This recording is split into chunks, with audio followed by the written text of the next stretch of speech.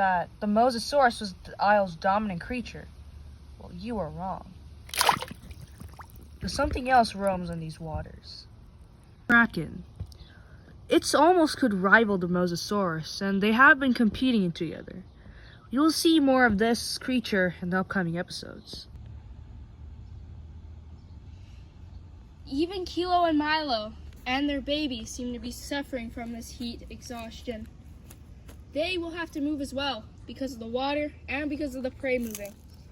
The herbivores will seem to do the Great Migration, which comes every year around this time. Their baby seems to be starting to get drowsy. She hasn't had water in around 3 days. Without more water, she might die. And Kilo spots this right on.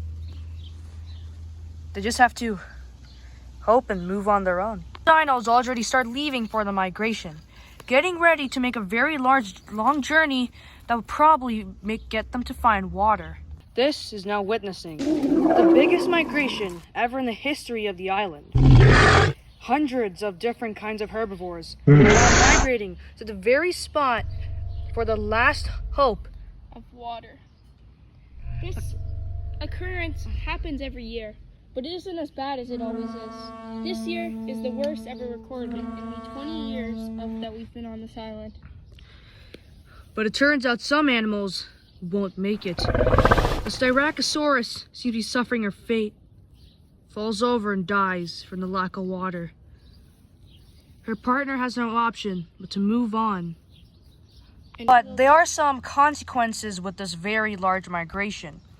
Large groups of herbivores don't really get along well, and sometimes will attack their opponents, sometimes even causing major injuries. Luckily, the Ankylosaur, due to her armor, didn't really feel much, but still will fight back. Soon enough, she slammed the Stegosaur with her mighty club, breaking an ankle. With a now broken ankle, cannot move, and the rest of her herd is seen moving without her. Several different creatures died, mostly due to dehydration. Others to disease, and others to just bad luck. But luckily, on the bright side, most did survive. Stegosaurs immediately rushed to get a taste of the greens. It's been a while since they've eaten fresh vegetation, and it won't rest to get it. Dinos, though, mainly want water. They're searching for it everywhere. One of the Giraffe Titans noticed as a watering hole. It rushes over instantly and starts drinking out of this fresh water source. That's when the herbivores think of something before rushing in.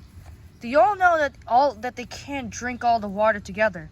It won't suffice them, so they know what they need to do. A Pentaceratops rammed into a Stegosaur.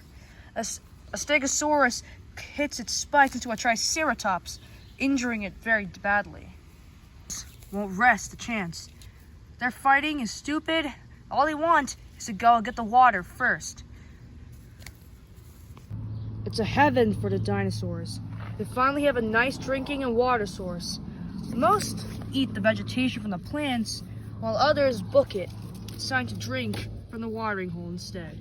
This might be a quote-unquote haven for dinosaurs. This is also a haven for carnivores, as, well, carnivores know this is the hot spot for herbivores. The Herrerasaurus is slowly watching the herd, wondering and thinking, also strategizing which herbivore to strike. No, seems easy enough, not as big as the others, but the horn is pretty daunting. Stego, but it's being surrounded by its two very large parents, impenetrable. Heras? No, way too many dinosaurs surrounding it, gonna be hard to get through. No, it won't suffice, it's too small. The rhino meets the Herrerasaurus and decides to not rest. The Herrerasaurus attacks, but it soon lunges upward and gives the Herrerasaurus a large stabbing under the jaw, leaving its jaw immobile, a very severe injury. The rhino knows that it won't be hunted anymore and goes back to grazing. That wasn't the only carnivore stalking. The same buck T-Rex from episode 2 or 3 is here. And because he is a buck male, we will name him Bull, the Tyrannosaurus Rex. Now, let's see how many herbivores survive this attack.